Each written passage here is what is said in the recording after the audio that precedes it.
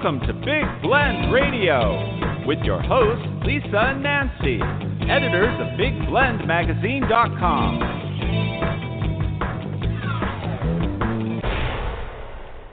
Today's Big Blend Radio Happy Hour guest is best-selling author Jamie-Cat-Callan, and she is joining us to talk about her latest book. It's called Parisian-Charm-School, and maybe I'm even pronouncing that incorrectly. Parisian, yeah, she can tell us. Charm School, French Secrets for Cultivating Love, Joy, and that certain je ne sais quoi. Now, maybe you got that. I think I'm getting there. Good. It reveals how we can cultivate charm in all aspects of our lives so that we can embrace more love, passion, and joy in our relationships with others and with ourselves. It's been interesting. I've been reading her book, and it's to me very much about understanding values in life and things that are, just appreciating things, mindfulness, and it's just really about treasuring all moments in life. Jamie is also the author of the best-selling books French Women Don't Sleep Alone, woo-woo, Woo-woo. and Bonjour, Happiness, and Ooh La La, French Women's Secrets to Feeling Beautiful Every Day. So you can go to her website, jamie-cat-callan.com, and that's Jamie Callan. So jamie-cat-callan.com, and of course her books are on Amazon, all those great places. She's on Twitter, Facebook, Instagram. Go follow her on Instagram. She's got chickens because she's on a farm. Jamie, welcome. How are you? Lisa and Nancy, thank you. I'm so happy to be talking to you tonight. We're excited to have you on here. So, okay, is it Parisian? Come on. I need just French say Parisian. lessons. Parisian is fine. Parisian-Charm-School. I know. Even before we went live, I'm like, okay, how do we pronounce this? We have songs to play for you, but we can't pronounce them. We don't know what we're talking about. But I have to say, reading your book, and I was laughing with friends on Facebook, like, I need to go to charm school. This is good for me. But it really, to me, reading this is about slowing down and that every moment matters in whether how you're speaking, having dynamics in your voice. It seems like every second and every breath means something. Yes, and I think that the reason the book is so popular right now in America is because we're rushing around and we're multitasking and we're, texting every minute, checking our cell phones and then doing our social media and just a million things. And I think that the book addresses the idea of old world charm and slowing down and really just taking our time to enjoy every precious moment. And in certain ways, it's a very old-fashioned idea because I talk about the art of conversation and I talk about how, women who are intelligent are sexy, that reading books is sexy. And it's the whole idea of getting back to our truest selves. Mm. And wearing red lipstick. Well, yes, but you don't have to wear red lipstick to be charming. I happen to love wearing red lipstick, but I wear red lipstick actually it's an homage to my mother, who is long gone, but she always wore red lipstick. And so for me, it has meaning and association. So I'm not suggesting that all you women out there should all now go get yourself a tube of Revlon's Love That Red.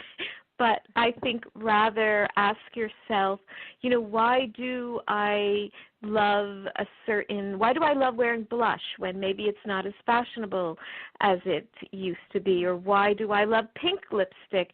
All the things that you're attracted to in terms of your style, there's actually messages for you in the way that you see the world. And also, I really think that there's something about your ancestors that come into play.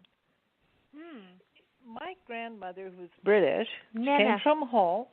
She taught me that red lipstick was for adult women and that it was crucial because it would mean when you're talking to a man that he would stop at your lips and not gaze any further down, and that was the polite thing to do. Wow. Oh, my God. I never heard that. I never heard that. That's a great one. Wow. I know. They just thought that, just because the whole thing, because she taught me how to put lipstick on. And her thing, but you could start with pink and then you could go to coral, but you couldn't wear red as a teenager. You had to wait till you were a woman. And the reason being, it would stop the man. You want the man's eyes to look into yours, not any further down. Thank you very much. I like that. I love that. Funny now. Yeah, but I also think that red lipstick is it's for a more mature woman, I think, to a certain extent, and it's for a woman who knows how to carry it off. And I think when you're 16, you're not quite ready for it. No, it's then you really, look a little trashy. Yeah. Maybe, yeah. I just think you're just not ready, and it's about developing confidence and developing a sense of who you are. I find it really interesting because just going, reading your book and then looking back at my life of, in the different stages we go through from girlhood to, ladyhood and womanhood, it's really interesting how we change. Like, it took years for me to wear a handbag. And then at one point, as a young girl, to have a purse or a handbag. Carry it. Oh, yeah. I'm still battling with it. It's just, I'm a tomboy. Where did you? I'm curious. So if you didn't carry a handbag, where did you put your things? Where did you put that red lipstick? In your pocket? I was a tomboy. But there was I would also make my boyfriends carry things, so that was good. As a teenager, I would be like, here, you've got pockets. This is what you get to have. And très clever. Yes, I was like, no, you're going to do this, but. It's just interesting, like there's this knowing who you are, and when you're in your teens, you do get to this, like, this is who I am, and then all of a sudden you're like, no, now I'm changing to this, and then you get to my age and go, yeah, I'm back to that, but I'm going to do it with a little bit more refinement and ladylikeliness, and I find it really just, that's why I was reading through your book, I'm like, okay, yeah, I had more of those softer edges as a teenager in some ways not, and it just kind of reminds you of just, hey, check in with your womanhood as a woman, touch back into those places that eventually it's like we look at right now what's going on in the world in equality for women, which has been a battle for a long time. And then there was a point in women's history where, okay, now we get to wear pants, we get to wear whatever we want. And then it was like almost like, no, we're trying to be like men. And the true strength, and I love that about you, bring this out in your book in so many different stories in so many different ways, is that we can wear a skirt, we can wear red lipstick, we can have a beautiful scarf, we can wear high heel shoes, we can do all of that and still be strong and still be ladylike and feminine, but still be there at the top. There's that. Yes. Yeah. Yeah, I totally agree. I grew up during the women's movement, and I was, very much a part of that. And I belonged to a feminist group. I went to Bard College, so I went to meetings, and I feel I'm still all about that. That said, I think to some extent, in our efforts for equality and equal pay and equal work and all of that, we may have thrown the baby out with the bathwater in that we let go of some of the really lovely parts about being a woman. And it's not about being weak. It's about really embracing our joie de vivre, our truest selves, our, these things are, as you said, your mother told you about these things. And this is actually a very French thing that I think we're missing in America, is that the mothers and the grandmothers will sit down with their daughter or their granddaughter and kind of tell them about their own unique style and what's particularly lovely on them, and give them a sense of the wonderful aspects of being a female. I think that in our effort to be equal, and America is fast-paced, and kind of the word I want to use is brusque. Everybody's in a hurry, and if you bump somebody when you're walking, down through the subway or something, it's like, okay, that's a given. Sorry, nod. Whereas when you go outside of America and you go to different countries, it's kind of more touchy-feely. Like, I know we've lived out of this country in different places for majority of our lives, yeah. Yeah, and we noticed everybody was like, oh, you're going to have culture shock leaving America going to a foreign place. The culture shock was coming back because we are this fast-paced, we're so busy, and I know in other countries when someone's speaking to you, they may just touch your forearm, just yes. And they're not being sexual about it. They're just saying, hey, this is an important point that I'm making here, and you actually look each other in the eyes, not in a challenge or confrontational way, but this is like it's connectivity. heart to heart. There's connectivity. And here we seem to be like, oh man, if you look at that person too long, or if you ask a question, then you're a nosy Parker. Everything's so like chop, chop, chop, chop, chop. It's not like that in other countries. I think it's because, we are very much a capitalist country, and we're all about, the pursuit of happiness through our work. And there's an expression that I think Americans live to work, but the French and many Europeans work in order to live. Mm-hmm. And so there's much more of it. And I think that this is just our ancestors, and I think it's just an old-fashioned value of really enjoying the moment and taking time for dinner parties and going for walks. And, yes, talking to people and getting into conversations. When I was studying or researching Parisian-Charm-School, I looked for the French equivalent to the pursuit of happiness. I don't like this expression because it makes it sound like happiness is this thing, and you have to chase after it. It's far away. You have to pursue it. You have to get on your cross trainers and chase. Whereas the French do not have this. They have, the closest I could find is recherche de bonheur, which basically means to look for a good time or to look for a good hour. And it sort of says, happiness is right in front of you. It's not this thing you have to chase after, and it's not a thing. It's recognizing the beauty and the loveliness of a moment in time. Maybe it's because we came from a Puritan background. Yeah. I think that's a lot of it. I just think that's boring. But also you make note in the book, you talk about France and Paris, like how values shifted and they've learned to value such, small things like a flower. You talk about Remembrance Day, and I forgot, France started that, or, every year is Veterans Day. But there's these, and you go back to World War I. I mean, that was just this major shake-up in the world. I mean, it's a world war. And I was so glad you brought it up because it's one of those things that everybody forgets about. They forget about the beginning of all of these major wars and of like now of this current era. And I think what happened over there just shocked the heck out of everybody. I mean, and hurtful and painful because you're talking about loss of lives, and your complete community has been torn up. Yes, and basically the male population of marrying age disappeared. So there were, and the men that were left after World War I mean, it was such an awful war.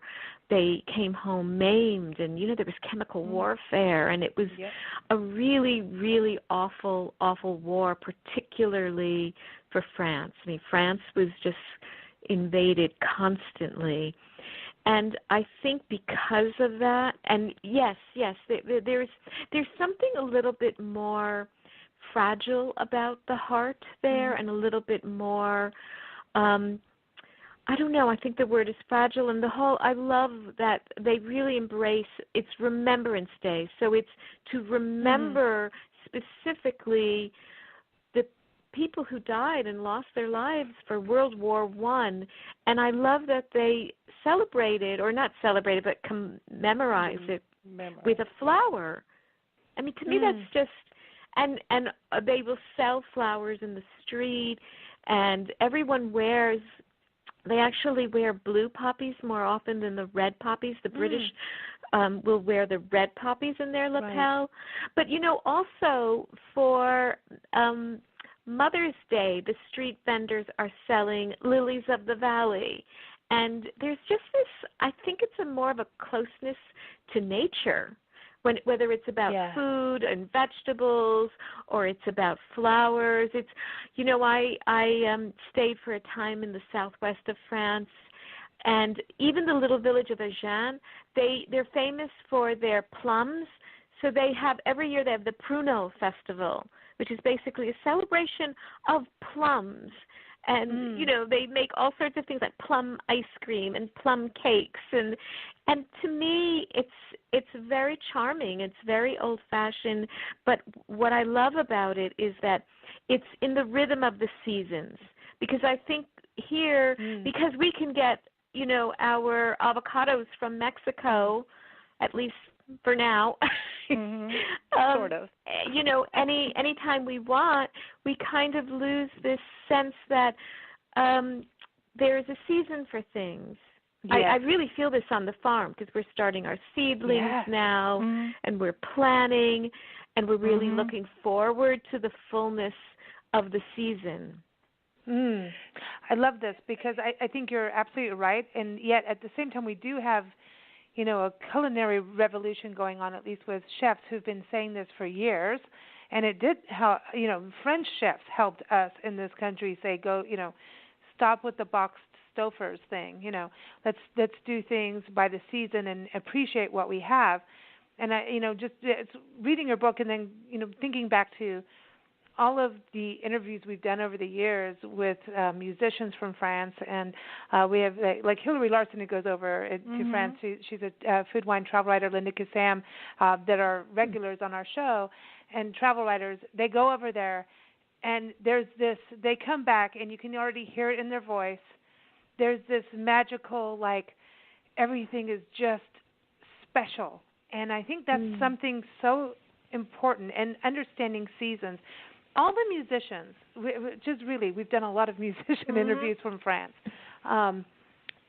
Every time we talk to them, it goes back to exactly what you said, nature, and understanding and valuing these qualities that nature brings us, Mother Nature, and taking time. It is about going outside and having a glass of wine and listening with your friends to a babbling brook while you're having a sip of wine. I love your dinner parties in the book. I want to do that. I think it's more about living within. Yeah, you're connected. Than living within, appreciating the differences, as opposed to I will now control everything because I think I can. And I think that we, as a young country, have steps to go through to arrive at where we belong, and we're just right now, especially in this I don't know, I think we're we're in our adolescence right now compared to other countries. I agree. Yeah, I agree. And it's not pleasant but I think, sometimes. I think things are changing, though. I feel actually very hopeful. There's so many more farmers markets than ever before. And there's the whole farm-to-table movement. So I think especially young people seem to be really aware of asking, where does this food come from exactly? How long did it travel to get to me? Right. And I love the whole, buy That's local. awesome. I love that. Yes. And having a designated, who are you in a community? Who are you? We do a lot in tourism, and the one thing that makes people travel from one place to another is I want to learn and experience something new. And Paris is it. Yeah. And so when you go somewhere, you want to hear different languages. You want different smells, different tastes, different lighting, different everything. You want it to be different. But we're in the American economy, and everything should be. I hate this saying of the cookie cutter. Make it easy. Chop off the expenses. Everything should be the same. I don't like it. No, it takes away all the individuality. It takes the fun away. Yeah, the individuality. I agree. That's exactly what I got out of your book. Is like just how everybody's a character and they celebrate their individuality. It's almost like it's part of the culture to be an individual. Whereas here, you have to be a rock star to be an individual, and you know what I mean. Exactly what Nancy says with cookie cutter. I hate that when somebody tells you like we want this to be cookie cutter. Yeah. I'm like, no. So I mean, what got you started in going to France and Paris and Paris? And Nancy on the tourism side, Paris is the #1 tourist destination. The city for over 10 years who has made the most money with it through tourism is Paris. Yeah. Oh, I didn't realize that. Yeah, well, it's, how about that? No wonder. I mean, it's a magical place. Because of its individuality. Everything you write about. So what got you started going there? Go ahead. Oh, well, first I should just say, because my grandmother was French. She was French-Canadian, but she was French, so I grew up with this French thing around me, and I didn't completely appreciate it, but it was there kind of in my subconscious mind. And I remarried in 2005, and I've always been a writer, so I've written actually many books before the French books. But my agent, Murray Giuliani's book, French Women Don't Get Fat, had come out, which I loved, which I just pre-ordered before, a year before it was even released. I was so excited. And I was talking to my agent, and I said, I would like a career like Murray Giuliani's, but I write about, I don't write diet books, but I write about love and relationships and romance and women. And she said, then why don't you do that? Why don't you do that? And because I lived in France and Paris right after college in my early 20s, and I visited a few times, but I really hadn't been there in many years.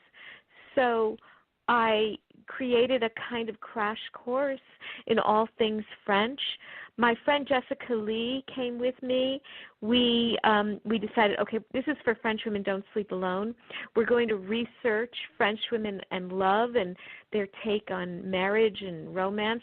We set up parties in bistros, at women's homes, in restaurants, in community centers, and all over. And we just talked to people on the street and just interviewed them and asked these questions. And then that was it. I just fell deeply in love, and I can't get enough. I keep going back, and I feel like I keep getting deeper into the question of, what makes French women so compelling, so mysterious, so interesting. So it's just this, to answer your question in a very roundabout way, it's this lifelong interest. My grandmother was so elegant, and she would come to our house on Sundays. This is in Connecticut, and she always wore a little hat and stockings and heels and pearls and a scarf, always a scarf. And, she was just so French that and everyone in the neighborhood, all the kids in the neighborhood would run up to her like the Queen of England had arrived. And I just knew that there's something to this. And you didn't have to have money to be that way. Like there's you talk about that in your book too, where it's a dignity. There's a dignity. Yes. There's a pride of and understanding and using what you have. I mean, we've learned that in French cooking, right? Use everything that you have. Everything. And I think nothing is wasted. And it goes for clothing too. They have really small closets. They have, like a few, 5 wonderful dresses, and they wear them all the time. But you would never recognize that, isn't that the same dress she wore last week? Because they switch things up with scarves and accessories and belts. And so it's not about, more is more. It's about less is more. I love that. I mean, that's you have a whole chapter on that. And to me that resonates with us because we travel, and at one point we were on the road. Well, a few times in our lives, like at 2 to 3 years at a stint, we'll be on the road, nonstop. And you learn to live out of your suitcase. Yeah, it's going to happen again. It's coming. It's working its way back again. And cause it is. You can't help it. It's like, exactly what you're saying, that passion and that itch. And it's like, once you're into something, and once you start traveling, it's an addiction, and it's one of the healthiest I think it just changes everything. I mean, I've traveled to France, all over France, but I've also traveled. I spent a month in Malta. I've been to the Azores. I've been, Germany and Spain and Italy and England and Scotland, and I love how it just changes the way I look at my own life and my own home. And you know what? I actually come back really appreciating my own home and seeing it with new eyes. I mean, I think that's the real gift of travel. Mhm. Yeah, and you start to, again, value comes back. And that's the thing. Reading your book it goes back to values and understanding your core, understanding every little thing in life has a value and what you value as an individual. And if you don't value it, clean it out, move it on out, give it to someone who does value, clean it out, clean the closet out, and start playing with things and take a fresh look. And I think that's something we get into these ruts because it's an easy street. It goes back to Nancy said, don't be the cookie cutter. It doesn't work. Exactly. But in your travels, you met up with Madame M, your French teacher. Let's talk about her because this was just such a special relationship, and I've had women in my life who have been that in different countries. Mrs. Farr, remember her, your Nancy? piano teacher. Yeah, there's certain people that suddenly teach you a culture, and there's a ladylike thing that they teach you, yet you can. Am I allowed to say badass when we talk about French culture and all of these dignified things? There's a lot of that, right? Am I allowed? But I mean, there's this balance, and there was a school of women that just had this, like Nancy said, this dignity, and yet they kicked butt. They were powerful. It's a recognizing of self-worth to the point that you do not have to be brash. Exactly. And but the other side of that, because this gets confusing, is being sexy without saying, "Look at me, I'm now going to bed with you." There's that. And red lipstick does not equate to you're immediately sexy. Right. I just want to say that. So there's a difference between being charming and being trashy. I'm going to go to bed with anybody every time. That kind of come on kind of thing. And absolutely. And the French women really know how to be sexy, but really elegant, really dignified. And I think that's the key. It's not about wearing something that's really tight or showing a lot of cleavage or showing a lot of way. It's the way. It's like, hey, look at you don't really know what's under here, but you want to know. Ha ha. Yes. and perfume is important. I would just like to say. That's one of their, every French woman has a signature fragrance. Mm-hmm. That's funny. So signature color, because like one of the ladies in your book had her own store just on orange, as I recall. Orange. Oh my God! Yeah, that was Valerie, and yes, she has a gourmet shop where she chooses particular items that are just for the shop. But the thing is everything is really delicious, but it's also really beautiful to look at. For instance, she'll have this spritz of olive oil, but it's in this big, heavy glass that looks like a really expensive perfume bottle. And so it's like that. Everything is really, really elegant, and her branding is bright orange. So not bright orange, but more a little bit brighter than an Hermes orange. And so she always wears orange, and her boutique bags are orange, and her hair is kind of a henna that's almost orange. And I know it sounds a little wacky, but it's adorable. She is so adorable. She knows who she is. So now I have to say that I took this color coding class a long, long, long time ago, and it was like, okay, are you warm or cool toned in your skin? And if you're cool toned, then you should always wear these colors, shades of this, and if you're warm toned, you should wear this side. So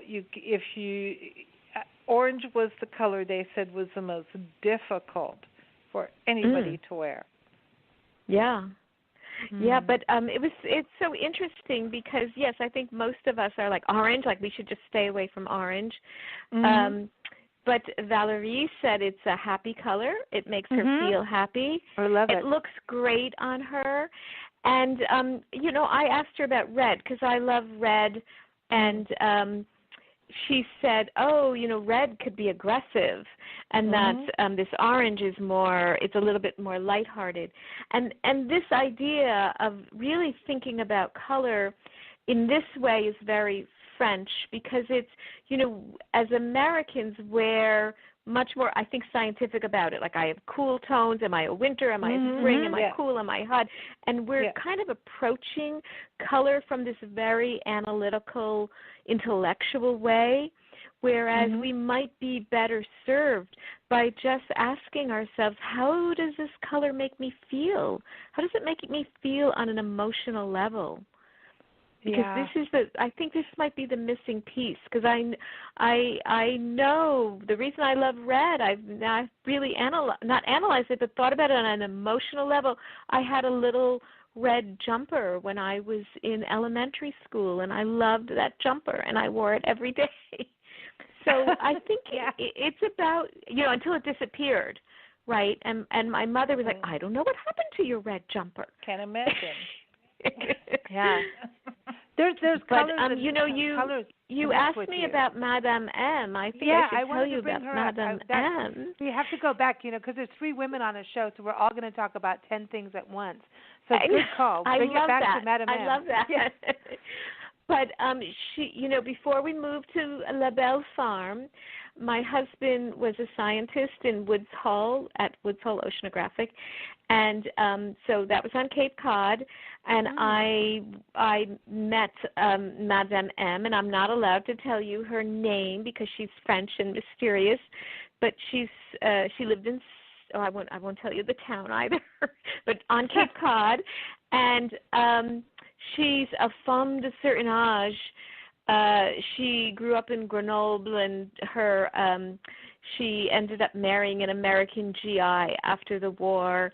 She taught French to American GIs, and eventually came with this American GI, married him, and moved to Massachusetts and taught French literature at Wellesley. But Madame M, I have to describe her to you. For whenever I visited, she would wear like a camel-colored pencil skirt and a cream blouse and always a little scarf that matched. And her hair was always was pure white, but in a top knot. But this woman was a master flirt. And I think that this is a really important thing to talk about because we have this idea that flirting is a tease and that flirting is bad and flirting is some sort of sexual come on. And Madame M was flirting, and she taught me that the true meaning of flirting, actually in the French, they don't have the word flirting. It's conter de fleuret, which means conter is to tell a story, and fleuret is flower. So it's like to tell a pretty story. And she was so flirtatious. Even outside of her home, there were heart-shaped rocks that she collected on her walks. She had a dragonfly door knocker. Sometimes I would come to the door for my lesson on Wednesdays, and it would be slightly open but dark, and I would knock, and I was, Madame M, are you there? And I was always a little worried because, you know, she's getting on in there, and she would jump out and say, boo, and I always, surprise. I know, and I thought it made me laugh so much, and I think that she really taught me about flirting, about the real meaning of flirting, which is basically to make life just a little bit more pleasant, a little more whimsical for everyone. So it's not just this, it's not a tease or anything like that. It's a really simple way. It's the art of conversation, and it makes everyone's lives a little bit more pleasant. You know that, I think it dips back into our childhood. To be honest, I think it goes back into what we lose as kids. All of a sudden, we get into the teenage mode, and we lost that childlike fun part, where it was cool to have dragonflies and fairies in the garden and all of that. And then all of a sudden, we become teenagers. Emotions and hormones take control, and then all of a sudden, we become adults. And the flirting is like, okay, there's hormones with that. But then there is that flirting is about something new and exciting. It's about education and give and take. It's tit for tat. It's this back and forth. It's fun. It is like what you're saying, whimsical. And it is about going back to not forgetting that innocence that we had when we were a child, even though there can be a little, hoo-hoo. You're so funny, but you're absolutely right. You're absolutely right. I do think that it is a little bit about getting in touch with, who we were as children. I think it's because we're Puritan and we're taught that a little is bad. Unless a little is always good. Unless it's regulated by this, that, and the other. Yeah. By the way, and then by the time they've regulated, you have to go through an inspection to have your Exactly. So they took all the fun out of it. So now you feel guilty, but then there's a side of you that's like, I like to do stuff you're not supposed to do. So there's that. But when you, and I'm not trying to put America down. I'm just going to go back to we're a very young country built on Puritan ideals. Man, you're knocking the Puritans big time today. It doesn't work. It's old. Stop it. It's old. Get over it. The world moves on, and we need to keep up. And sometimes keeping up means you need to go backwards, not to the Puritan stuff, but to when people used to be people and care about each other and be nice to each other, not because you know them or you don't know them, just because they're actually human. I think my mind is going with Madame and Madame. When you embrace having fun, that means you have embraced the core of you, and I think that's the big deal about all of this, is that it's about knowing you, and once you do that, then you can be outrageous and you can be refined, and it doesn't matter because you've got your two legs. Yes, and that's where the confidence comes from. And I think confidence, a woman who is confident, who knows who she is in this world, that's just, that woman is irresistible. That's really what it's all about. If you know who you are and you have a sense of confidence, then you can be mysterious. Then you can, feel really good in your own skin, and it's a very compelling thing. Okay, so now let's talk about dating, because I think I want to go on the French side of this because because even I'm now. I'm glad you're grown up now. But this is because the whole idea of coming back to this country and the whole way of dating, I didn't understand if we were in a date or not. What is this, And the whole thing of we're going to sit across from each other at a table and then you have to watch them eat. That's not it's not fun for me. That doesn't sound like fun. Yeah. No, and I don't like especially watching if it's people with somebody you don't know. If you've just met this person, then it's it's like an interview. It's like where did you grow up?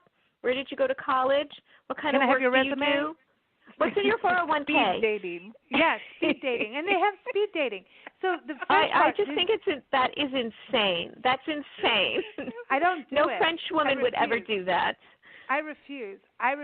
And growing up in South Africa as a teenager, you had a lot of friends, and then as a woman you go, okay, now you're all right. Okay, you've passed. Like there's this, and it was flirtatious because there were parties over there that were all big families and friends, and so all ages were there, parents, grandparents, and even beyond, and right down to the newest member of the family that was just born. And there was it was sheer madness and sheer fun. And exactly. You would meet people that way. It gives a woman. This is also what the French do. What most Europeans do is have these dinner parties, and they could be casual, they could be potluck. But when you're in a group like this, where it's intergenerational and it's old friends and then some new friends, it gives a woman lots of time to think about, like, oh, that fellow I met last week, he's very charming, but I'm going to see him again at next Friday night's party. And there's no rush. There's no, like, oh, my God, we have a 2-hour date. I better make a decision. And maybe I'm allowed 2 more 2-hour dates, and then it's either the end or we go to bed. That's a lot of pressure, isn't it? Don't we have in this country the 3-date rule? By the 3rd date, if you don't go to bed, then you're over. No, as some say, if you don't put out by the lobster. What? If you don't put out by the lobster? I don't know the this. Lobster dinner means now, as they say, you're putting out. And I'm like, that is not that's not happening with me. I never heard of lobster dinner. I'm allergic to I never heard this. So then we're out. And I don't understand. So are you saying the 3rd date is the lobster dinner date? Yeah, they pay. Yeah, there it is. Because each meal they pay a little bit more for. So by the time I thought it had something to do with wearing a bib and being messy and having butter all over you. That's a good one. I was thinking more on the big claw going gotcha. Wow, no. And some men will move to the lobster steak dinner at the very beginning to see, you're in trouble. Yeah, and then that they're pushing things way forward, and it's about like the bill, the amount. So there's no. So they're basic. Yeah, don't start me. I'm going to go back to my grandmother, who taught me more than my parents ever did. She called it the bum's rush. That's what it is. When the guy takes you on a first date and it's really expensive, she called it the bum's rush. Because he's going to rush you, and he is a bum. Right. Right. Well, this is the whole problem with that one-on-one date. Yeah. I remember, way back when I was dating, I would always feel like I was a lamb going to slaughter. I mean, it felt so unnatural to me, because I'd have to take my time. I'm just slow with these things. I mean, we're talking about your heart. We're talking about engaging your heart. You can't engage your heart after one steak and lobster dinner. No, and that's the thing. That's what I'm saying. It gets to this. It goes back to the cookie cutter thing Nancy was saying about earlier, is that Nancy's all riled up here today, but I'm getting there when we talk about the dating thing. I'm riled up because this is why men hate it when you just order a salad. Because they know you just said no. Yeah, it's about that's interesting. So therefore they're putting a financial amount to you see your value. Your value. This goes back to this whole this capitalism thing, because now we've taken something that's romantic and something that is about the heart, and we've added a monetary value to it. Is this a lobster date? Is this a salad date? Coffee means we don't know. It's turnover time. Right, coffee we don't know. But even after meeting in groups, the French women don't go on those dates. They'll go for a walk. And that doesn't cost anything because they take the whole money thing out of it. And then even later, you know, they're not as big into dining out as we are. The guy will, you know, invite you to his home and cook for you. That's a very typical thing. That's nice. I like that because then you can talk while you're cooking. Too. Have some wine, yeah. and you know. And I know that in France is like oh man, reading a book. I'm just like, okay, I want that, I want this, and then you have to wait. You have like the soup Nazi dude in there, like you certain things I can't even pronounce it, but there were certain delicacies and baked goods, and I can't remember how to pronounce that at all, and I don't know how to pronounce it. But whatever you were eating or wanting, like you had to get there at a specific time and wait for it, and that's that value system again. Of everything having a value and not valued necessarily by money. And I want to be sure to say that because it's about value of craft, value of soul, value of heart. And that's why I love this so much because at the end of the day, it's the same when we talk about dating, taking a walk. We have a whole Facebook group just for people taking a 1 hour walk. Because really? We have a whole new movement that I can't wait to tell everybody about, but we can't say it yet. But it's about that. It's about mindfulness. Our tour, our Big Blend Spirit of America tour, we traveled 3 years and we're getting back on the road again. We just had to stop for a couple of years and regroup and produce and put our films together and everything. Was going to national park units, the historic sites and the trails, and one of the things we realized was that people thought that if you're going to go to a national park unit, not just Yosemite, you had to be a hiker or an athlete and a rock climber. Right. And we're like, no, there's historic downtowns in the gateway communities. It's just like your book. Yes. You can start with little things. It doesn't have to be everything. Doesn't have to be a major production. By the way, we live near the national park for Martin Van Buren. Oh, wow. You have to come to that one and then come visit me. Okay. And have cider. Apparently you're working on some cool cider and you have sunflowers. I'm interested in sunflowers.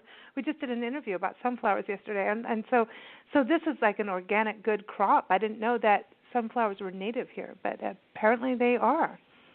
Well, we planted seeds and cool. I don't know. But certainly they can grow. I'm in upstate New York, so certainly they can grow. And but I should say, my husband does most of the gardening. He's really the farmer. We have chickens. We get eggs every day. We have turkeys. It's really fun. It's a little bit like Green Acres in that. Cool. Do you remember that television show?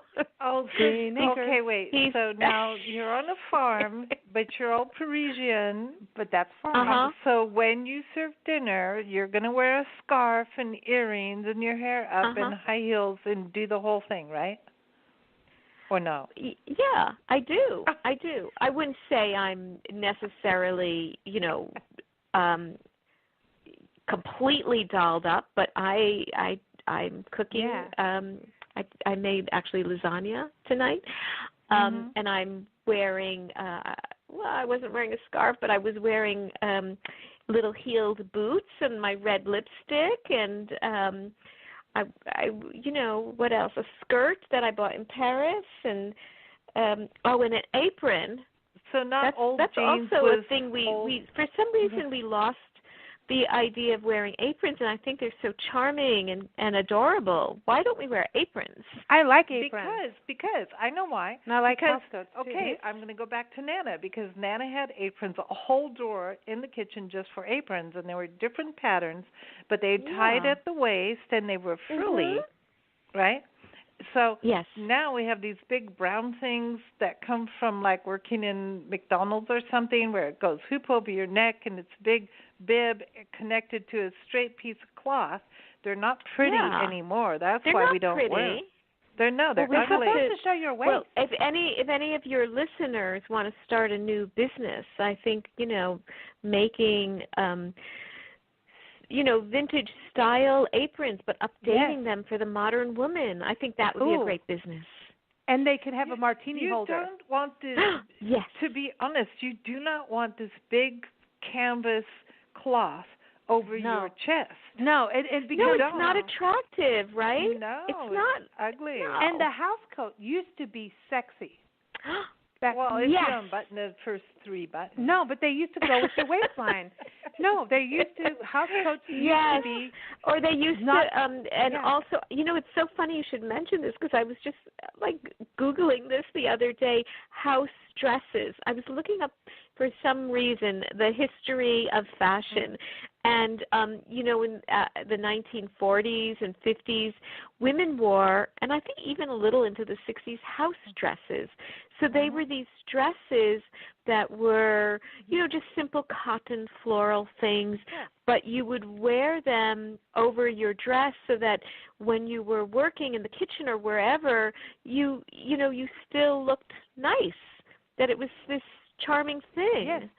And you could open the door and you could be working and doing your thing. Now they call them dust coats. And we're talking, it's not the same as what, Wait, what do they call them? Dust coats. Dust coats, yeah.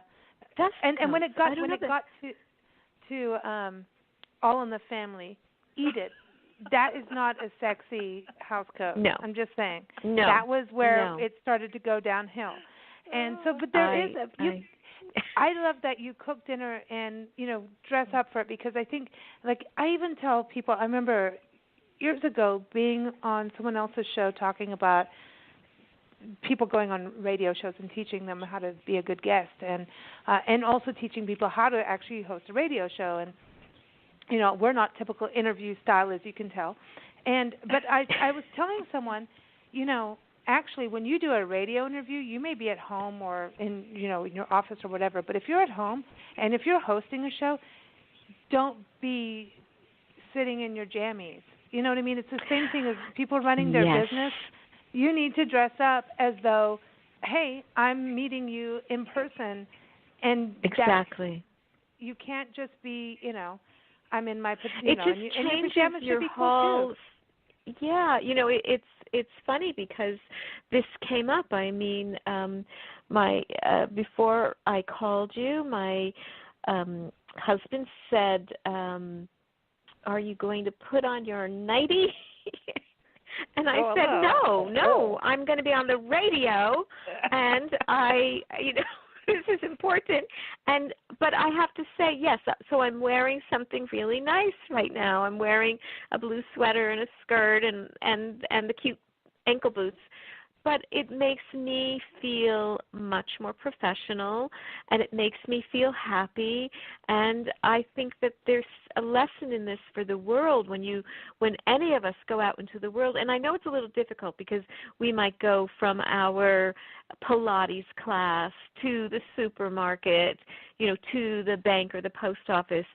But I think we should resist the temptation to spend our entire day in our leggings and tank tops and, big sweaters, because I think that because we don't feel we look our best, we don't want to get into conversations with people. We kind of, we're hiding out a little bit. We're hiding our charm a little bit. So that's why we don't look at each other. Exactly.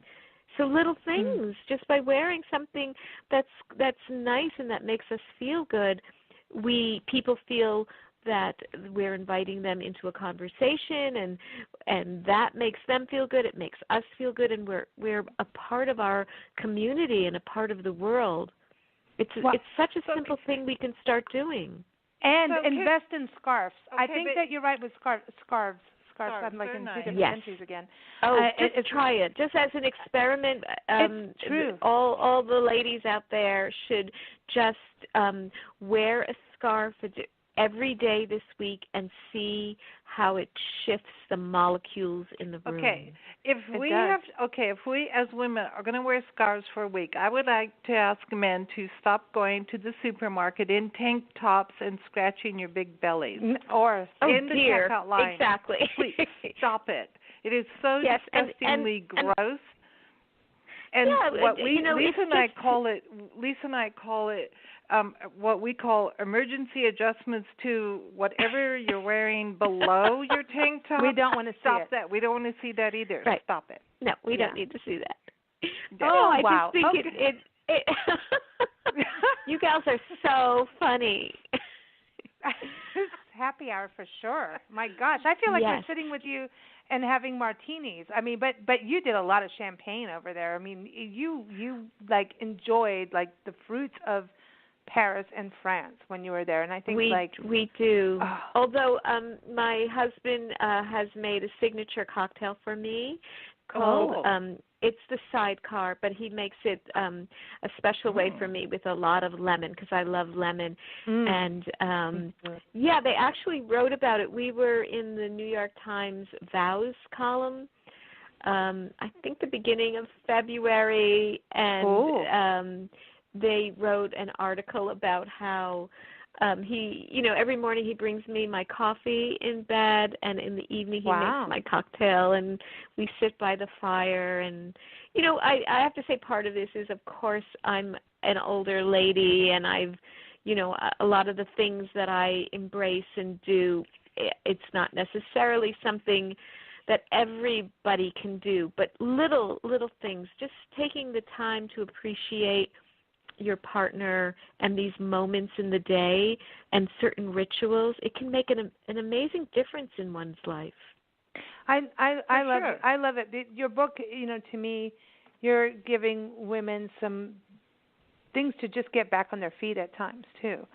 To be a woman sometimes, especially moms. I'm not a mom, but I have friends who are moms, and I'm like, okay, you need to take some time out, like step outside, come back, be a woman again, because you do feel good. I am from a tomboy kind of background. That's who I am. But I do know it does feel good to dress up, and suddenly you put the lipstick on, you're like, And if you have the right pair of shoes is a thing. It is true. It is about the good pair of shoes. Don't talk to me about my hiking boots. That's a whole other thing. But no, and I have to say that the tomboy thing, that's a look, that's a style, and it's important that if you love it, you embrace it. And lots of French women have that too. There's not one way to be. No, there's lots of different ways to be. It's about knowing who you are, and finding that out is so cool because it changes too. It changes throughout your life. And being present with that, then you are more present with others. As soon as you're more present with yourself, you're more present with others. When you feel like, when you're confident in your looks, right, or you feel good about the way you look, then you are able to converse with somebody without thinking about yourself. You're supposed to be thinking about the other person. If you're awkward or you're wearing something that you're like, this doesn't look that good, then you're really thinking about yourself, so you're not thinking about them. Okay. Yeah. There's like so much in this conversation. This is crazy. But I want to ask you. I just love this. You both of you, both Nancy and Lisa, you're really, really wise. You really just bring a great deal of depth to the interview, and I'm love talking to you. I know. I want to hang out with you some more. I'm like, I want to go to Paris with you and have champagne, and I want to go on that foodie tour with that lady that took you to all these hidden spots and like. Cool. Seriously, there's some magical things that are Nicole, hidden. And Nicole has a website, Personal Paris, and she does this. She will take you to secret places in Paris and custom make a tour for you. She's a lovely, lovely gal. She's actually been up here on the farm. Wow. Oh, cool. Well, I know. And then and what was the sandwich that your husband made? I'm not trying to give the book away. This is, you guys have to go get it. Go get it. Okay, remember, it's Parisian-Charm-School. I'll get it right at some point. See, you're thinking Parisian, which is like a female woman, a woman who lives in Paris, but this is just for everyone. It's Parisian. Oh, I didn't so even it's know really there was a simple pronunciation. Wow. Okay, so I was saying it all right until you came on the show, and then I was like, it's going to be Parisian. No, it was all fine until that happened. Then I'm like under pressure. No, but I had no idea that. I did not know that. So thank you for that. No, and I think this is the part about traveling and reading books with people that have been there and absorbed the culture, which obviously you have. But we will come see you when we get to upstate New York. It could happen sooner than you think. So just yes. We want to come play with your chickens. Give me a call. Yes. We want to play with the chickens and we want to try the cocktail. But at that point, we're talking about cocktails. It's time to play Happy Hour.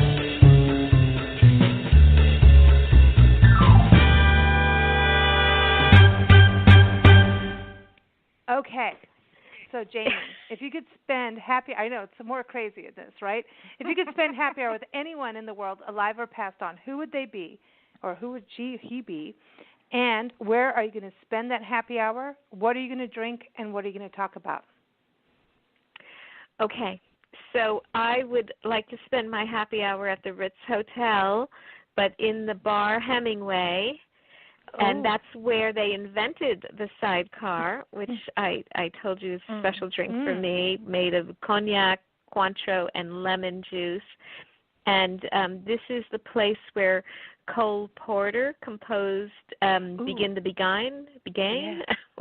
Anyway, that song. And also F. Scott Fitzgerald had his favorite place there, and Hemingway and Gary Cooper. But I would say the person I want to spend my cocktail with is Hemingway. And I know that that might sound surprising to you, but I actually think Hemingway is a very, very sensitive, beautiful writer, and I love A Movable Feast, and I love The Sun Also Rises, and I've always loved his writing, so that's cool. What I would like to do.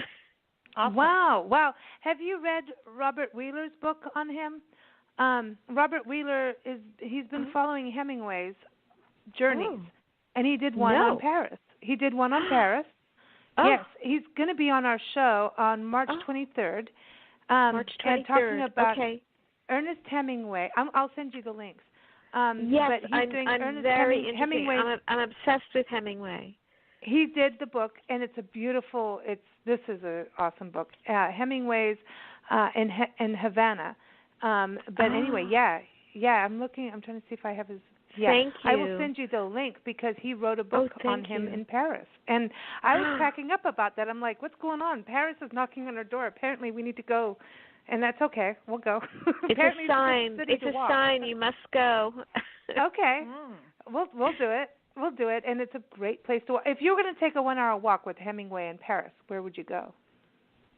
I think I would walk through the Tuileries with him, and I would just, ask him about his life and all of his travels and about Key West and about Hadley and just everything. I would, and hopefully we wouldn't get into a bar fight later on. Oh, I want to go if that's happening. Okay, I'm there. I want to photograph that. We're also sophisticated and all that. Yeah, but Hemingway is a trip. I want to talk fights. about his cats and their 9 toes. Yes. So, have you been to his home in Key West? Were you not on edge during the hurricane? Obviously everybody worried about everybody. Yes, and we were all wondering, are the cats all right? Will the cats, Hemingway's cats, be okay? I know. It was and he has the highest place on the Keys. Mm-hmm. He is but still, it's dude. Yeah. Hemingway's cannot go down. His place cannot go down. It's not allowed. It's not allowed. I love that. I love that you love Hemingway and love your book. Everybody, again. Now I can't say it. I'm going to say Parisian-Charm-School. Am I saying it wrong now? Am I saying it correctly or wrong? It's close enough, darling. Close enough. Parisian-Charm-School. Just Parisian. I'm all messed up now. Parisian-Charm-School. You did the Dutch thing. I went Dutch. Parisian-Charm-School, French Secrets for Cultivating Love, Joy, and the certain je ne sais quoi. I got that part for some reason. It was part of a song somewhere. I knew that. Jamie-Cat-Callan, everybody, go to her website, jamie-cat-callan.com. Go get the book on Amazon. Go everywhere where books are sold. You'll get it. And women, you got to get this. It's nourishing. That's the word. It's nourishing. Uplifting. Yeah, Thank nourishing you. is a good one. And Thank we you all so need much. a good uplift. We've had so much fun with you. I didn't know our conversation was going to be this crazy and cool, and I loved it. I loved it. Thank you I for loved that. it too. Thank you, Nancy and Lisa. Thank you. Okay, we're going to play a song for you now, right? Because it's naughty. Okay. Sous des Trappes. Is that how you pronounce it? Like, it's from John Ronegger, our friend John Ronegger in New Orleans, and it's off of his album Gypsyland. It's live. Is it Sous des Trappes? Am I saying it anywhere close? Sous des Trappes. Okay. Yeah. Here it is, everybody. Sous des Trappes. Don't forget, Big Blend Radio airs live daily, 4 p.m. Pacific Time, 7 p.m. Eastern Time, Monday through Thursday, 11 a.m. Pacific Time, 2 p.m. Eastern Time, Friday through Sunday. So anyway, BigBlendRadio.com has a schedule, but here it is, Sous des Trappes. Thank you. Take care. Thank you.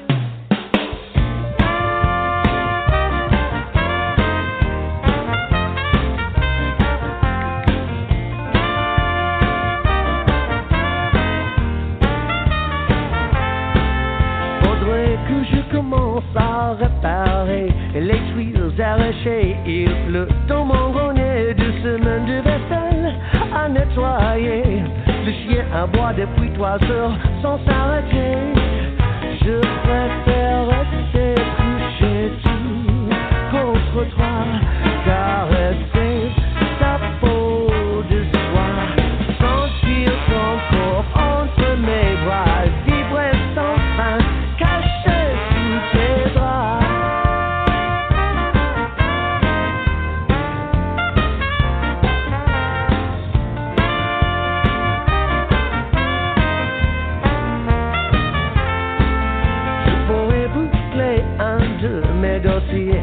Anticiper, organiser mieux ma journée.